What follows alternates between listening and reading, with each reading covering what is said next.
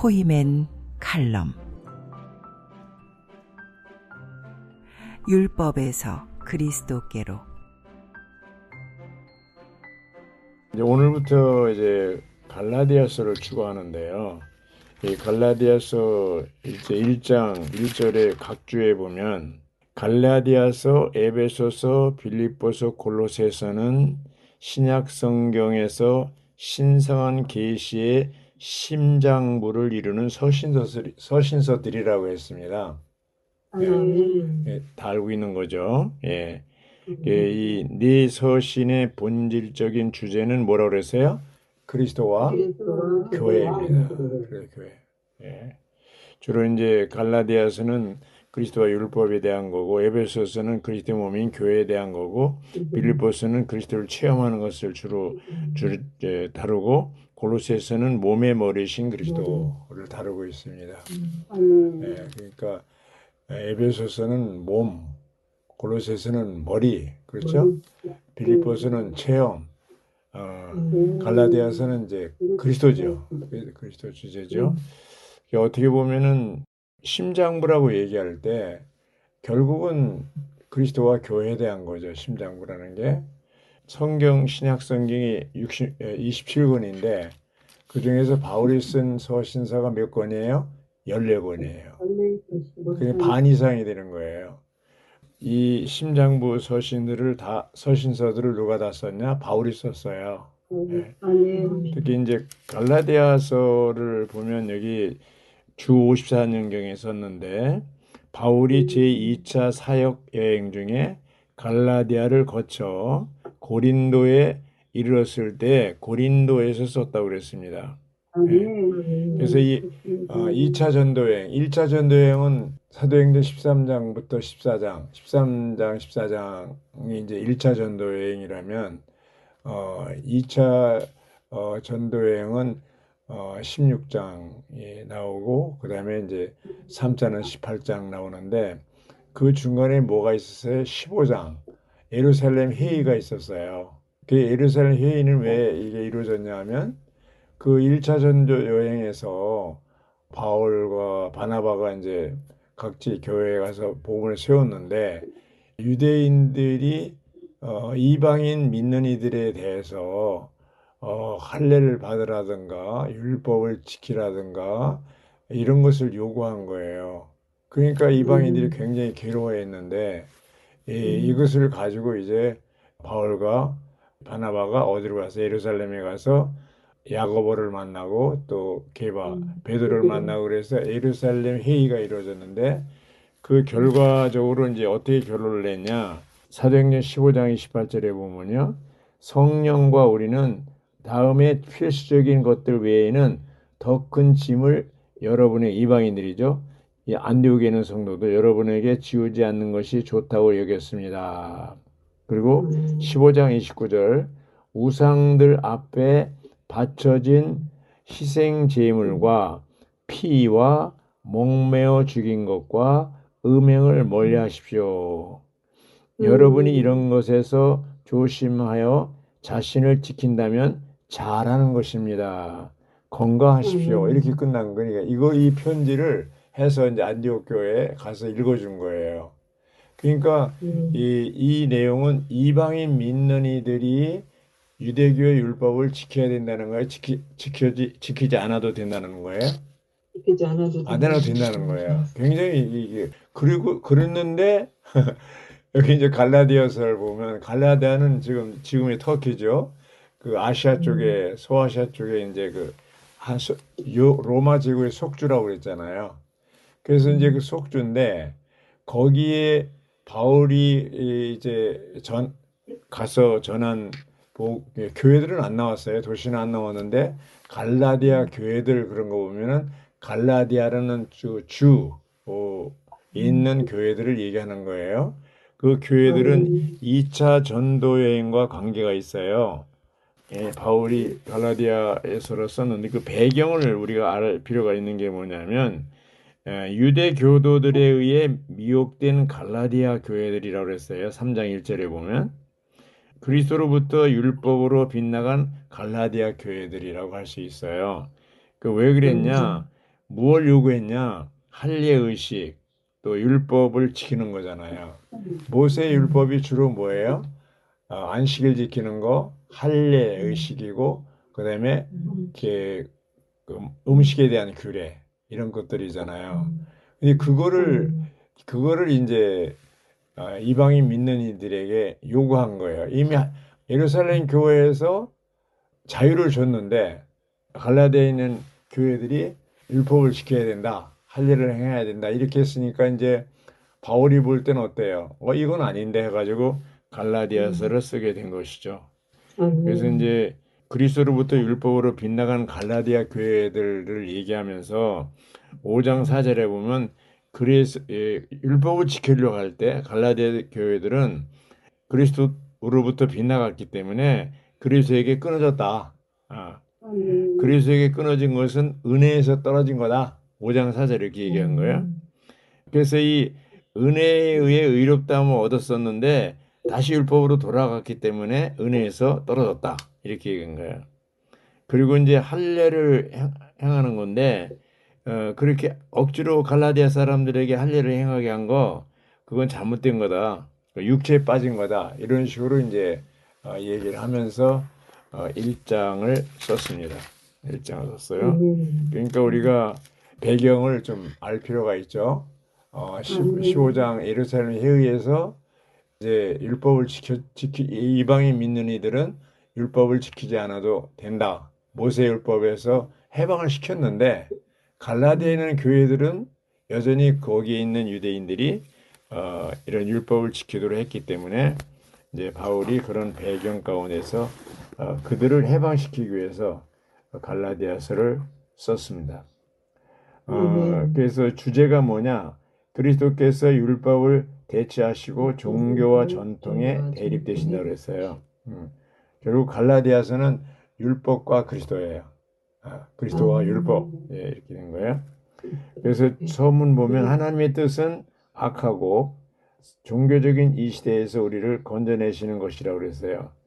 악하고 종교적인 이 시대라고 그럴 때 각주에 뭐라고 그랬어요? 바로 4절에 보니까 우리 아버지의 뜻을 따라 악한 이 시대에서 우리를 건져내시고 이렇게 됐잖아요. 이 악한 이 시대가 뭐예요? 바로 유대교를 얘기한다. 유대교는 바로 유대교 율법을 얘기하잖아요. 근데 오늘날도 보면은 사실은 우리가 기독교라는 이 종교에 있었을 때 많은 제약을 받아요. 천주교의 기둥은 뭐예요? 교황 숭배고 교황이 이제 버리고 그다음에 마리아 숭배, 미사 드리는 거, 고해 성사 이런 것들이 천주교를 지탱하는 기둥인데 개신교의 기둥은 뭐예요? 주일 성수, 11조, 주님의 종 섬기는 거 이것이 기둥이에요. 아까 유대교는 뭐라고 그랬어요? 율법을 지키는 건데 그중에 할례를 행하는 거, 안식을 지키는 거, 음식에 대한 규례를 지키는 거 이런 것들이 유대교를 지탱하는 기둥이라고 그랬잖아요. 근데 오늘날 우리가 정말 이러한 것들, 개신교에 이런 것들, 천주교회, 뭐 유대교 이런 것들은 우리가 이제 자유함을 얻어서 왔잖아요. 근데 여전히 우리 속에 이러한 그 기독교 영향을 받아서 교파 배경이 없는 사람은 상관없지만 교파 배경이 있는 사람들은 영향을 받아서 여전히 뭔가 얽매인 게 있어요. 그래서 이제 우리가 이러한 나를 얽매이고 있는 어떤 율법이 있다면 그런 율법에서 어떻게 해요? 자유함을 얻고 해방될 필요가 있습니다. 아멘. 바울이 계속 강조한 게 뭐냐면 사람들에게서 난 것도 아니고 사람으로 말미암아 난 것도 아니며 오직 예수 그리스도와 그분을 죽은 사람들 가운데서 살리신 아버지로 말미암아 사도가 된 나 바울 이렇게 됐어요. 그리고 계속 그 뒤에도 여러 번 뭘 강조했냐면 아라비아를 갖고 뭐 이렇게 했는데 그 당시에 사람들이 볼 때 예루살렘의 베드로나 열두 제자나 또 야고보나 예수님의 동생 야고보나 이런 사람들은 사도를 인정하는데 사도 바울은 뭐야? 이 이방인의 사도로서 주님이 부르셔서 지금 했는데 그들 가운데 특히 유대인들이 자꾸 바울이 사도가 아닌 것처럼 호도시키면서 어떻게 해요? 바울이 전한 거 아니다. 그래서 다른 복음을 이제 전하게 되는데 그 다른 복음이 뭐라고 그랬어요? 바로 유대교죠. 유대교 부분. 그래서 바울이 강하게 뭐라고 그랬어요? 6절 누가 읽어주세요? 나는 여러분이 그리스도의 은혜 안에서 여러분을 부르신 그분을 그렇게 빨리 떠나서 다른 복음을 따르는 것을 이상하게 여깁니다. 네. 이 다른 복음이 뭐예요, 결국? 유대교. 유대교입니다. 유대교를 따르는 것을 얘기하는 것이죠. 예. 유대교 율법을 지키라고 하는 거예요. 그래서 이 다른 복음에 얘기할 때 복음을 그리스도의 바울이 전한 복음을 변절시키잖아요. 그러니까 뭐라고 그랬어요? 8절에서 아주 강하게 얘기했어요. 하늘에서 다른 복음을 전하는 사람들은 뭐예요? 하늘에서 온 천사라 할지라도 저주받을 거라고. 아주 강하게 얘기했습니다. 바울 자신이 사도가 된 것이 하나님의 뜻이고 이제 하나님의 부름 받은 거라고 그랬고 18절에 보면은 3년 뒤에 아라비아 갔다 와서 3년 뒤에 내가 게바를 방문하려고 예루살렘에 올라갔고 그와 함께 15일 동안 머물렀고 주님의 동생 야고보 외에 다른 사도들 아무도 만나보지 못했다고 그랬어요. 네. 그러니까 이제 바울이라는 사람은 어떤 사람이에요? 이런 그 12사도 포함되지 않았고 예수님의 육신의 동생도 아니고 이방인의 사도로서 사도행전 9장에 그분이 직접 하나님이 그리스도가 부활하신 그리스도가 직접 바울을 부르신 거잖아요. 예. 거기서 이제 그리스도를 계시하시고 나는 내가 핍박하는 예수다 이렇게 하고 아나니아에게 침례받음으로써 몸의 실제를 이제 깨닫게 된 거죠. 거기서 바울이 두 가지를 깨달았죠. 하나는 머리신 그리스도가 그리스도를 만난 거고 인격적으로 만난 거고 두 번째는 몸인 교회에 대한 이 계시를 받게 된 거죠. 아나니아에게 침례받음으로써 그래서 이제 그 바울은 14절에 유대교 안에서 내 동족 중 많은 동년배들보다 앞서가고 있었으며 내 조상의 전통에 대하여 훨씬 더 열정적이었는데 그리고 15절 나를 모태로부터 따로 분별하시고 그분의 은혜로 나를 부르신 하나님께서 이렇게 된 거죠. 그래서 16절 거기 나오잖아요. 내가 그분의 이 아들을 이방인들에게 복음으로 전파하도록 하시려고 이건 뭐예요? 바울을 이방인의 사도로 삼았다는 거죠. 예. 그분의 아들을 내 안에 계시하기를 기뻐하실 때 나는 즉시 어떤 사람과도 의논하지 않고 또 얘기하잖아요. 예. 그러니까 이 바울은 뭐야? 철저하게 주님에 의해서 부름 받았고 주님에 의해서 위임을 받았고 이방인 사도로서 그거에 대해서 굉장히 이제 강조를 한 겁니다. 강조한 겁니다. 6절에 이제 각주 4번에나 보면 이것은 유대계 율법을 지키는 것이었다. 유대계 율법 밖에 있는 바울의 복음은 사복음서의 모든 주요 항목들을 포함하고 있다고 그랬어요. 바울이 전한 복음이 바로 그리스도와 교회인데 핵심이 그 사복음서에 주님이 하신 말씀을 다 포함하고 있다. 이렇게 얘기하고 있습니다. 더욱이 바울의 복음은 사복음서보다 더 많은 항목을 다루고 있는데 이것은 신약에 있는 하나님의 말씀의 계시가 다음과 같은 중요한 항목들로 완성되도록 하려는 것이다. 그래서 고린도서 1장 25절에 뭐라고 그랬어요?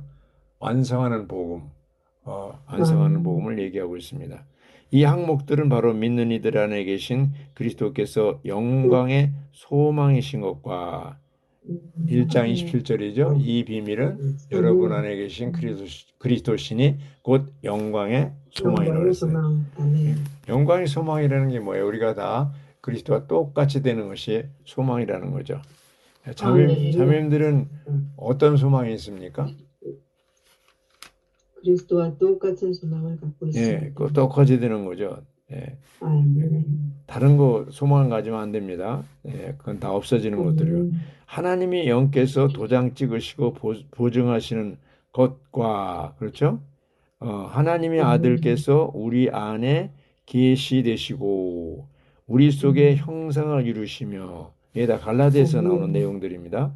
우리 안에 거처를 정하시고 에베소 3장 17절 하나님의 모든 충만에 이르도록 우리에게 충만하게 하시는 것과 그리스도께서 하나님의 비밀이시며 신격의 모든 충만이 몸을 지니신 그분 안에 거하는 것 등이 이것들이 이제 바울이 전한 복음이라는 그러니까 훨씬 사복음서보다도 하나님의 말씀을 완성하는 사역이라고 볼 수가 있겠습니다.